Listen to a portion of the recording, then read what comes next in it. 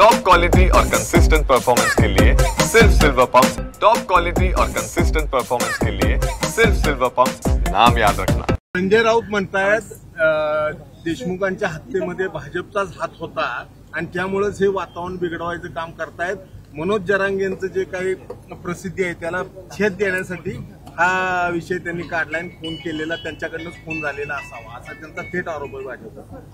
मला माध्यमांना एवढी विनंती करायची आहे की एखाद्या माणसाच्या डोक्यावर परिणाम झाल्यानंतर त्याला काय इलाज आहे? मेंटल हॉस्पिटलमध्ये दाखल करणे आपल्याकडे दुसरा पर्याय नसतो। मला वाटतं आता मग सगळ्यांनी मिळून आता त्यांच्या नेत्याला आवाहन केलं पाहिजे की यांना तात्काळ एक मनोरुग्ण असल्यामुळे दवाखान्यात दाखल करावं, नाही तर शेवटी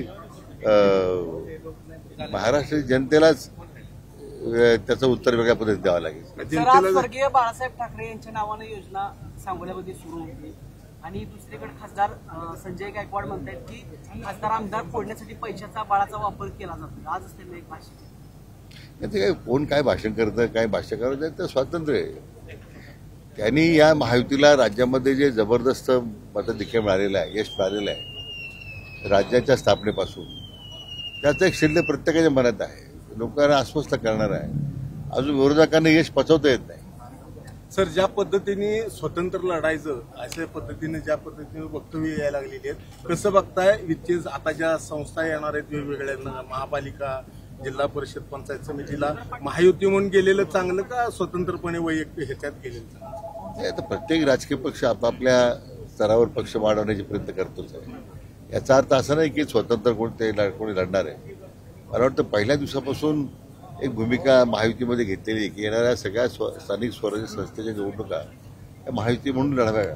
आता त्या दृष्टीने सगळ्या नेत्यांचे प्रयत्न आहे। सर, आज आपलेच आमदार आहेत सुरेश दास, त्यांनी असा एक प्रश्न उपस्थित केला आहे धनंजय मुंडे जे तर आपल्याच मंत्रिमंडळात आहेत। ते असं म्हणतात की कापूस, सोयाबीन, तेलबिया याबाबत वाढीसाठी धनंजय मुंडेंनी काय प्रयत्न केले मागच्या काळात त्याची माहिती त्यांनी मागवलेली आहे आणि एकंदरीतच त्यांच्यावर पुन्हा एकदा त्यांनी आरोप केलेला आहे सुरेश दास। आता सुरेश दासने काय त्याच्यात मागणी केली मला कल्पना नाही आहे। आता ते पिशवीत बऱ्याच दिवस आपण पाहतोय माध्यमातून, मला वाटतं त्याचा खुलासा धनंजय मुंडेंनीच केला पाहिजे।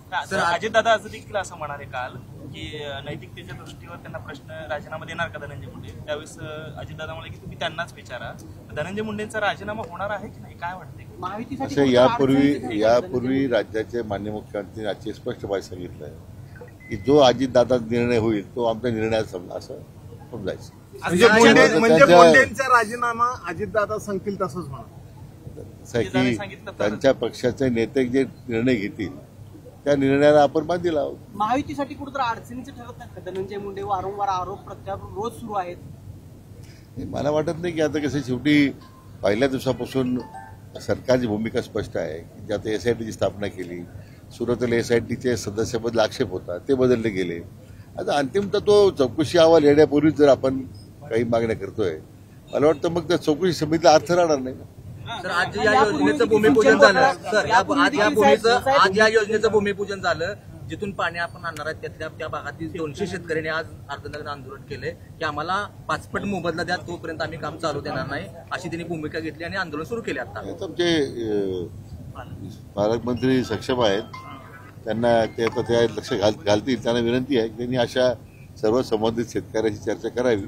शेवटी जयकुमारी सक्षम आहेत आणि मला वाटतं आमचे सहकारी शहाजी बापू यांच्या प्रयत्नाने योजना होते, त्यांनी मिळून आता हा निर्णय ते करावेत, त्यात आमचा त्यांना पूर्ण पाठिंबा आहे। शुभारंभ झालाय, मात्र लोकसभा असू दे ह्याच्या आधी पण कामं मोठी झालेली आहे, सुरुवात झाली। लोकसभा आणि विधानसभेमध्ये या भागातनं तरी फटका बसला युतीला, काय लोकांपर्यंत लक्षात आलं नाही लोकांच्या?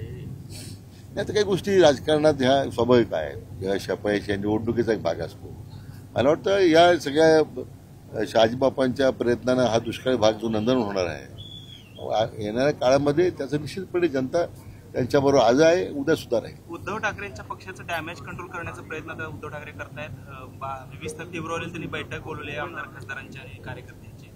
कसं पाहताय उद्धव ठाकरेंच्या एकूण प्रवासाकडे, काय आव्हान असेल? असं आहे, ज्यांचे आव्हान संपुष्टात आलेले आहे त्यांच्याबद्दल काय बोलणार? थँक्यू।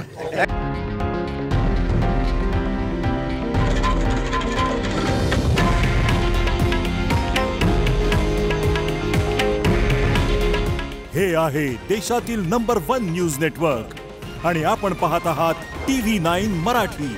काळजी तुमची, हित महाराष्ट्राचं.